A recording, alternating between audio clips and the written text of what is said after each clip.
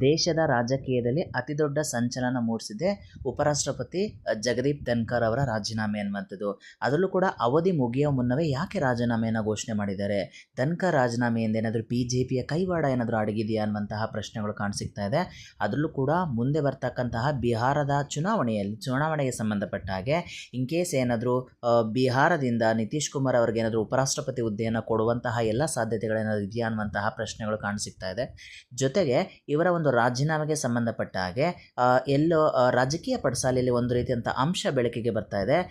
ನ್ಯಾಯಾಧೀಶರಾದಂತಹ ವರ್ಮಾ ಅವರ ಮನೆಯಲ್ಲಿ ಏನು ಹಣ ಪತ್ತೆಯಾಗಿತ್ತು, ಇದಕ್ಕೆ ಸಂಬಂಧಪಟ್ಟಾಗೆ ವಿರೋಧ ಪಕ್ಷದವರು ಕೂಡ ನ್ಯಾಯಮೂರ್ತಿಯವರ ಪದಚ್ಯುತಿಗೆ ಸಂಬಂಧಪಟ್ಟಾಗೆ ಒಂದು ಅರ್ಜಿಯನ್ನು ಕೊಟ್ಟಿದ್ರು ಅನ್ನುವಂಥದ್ದು.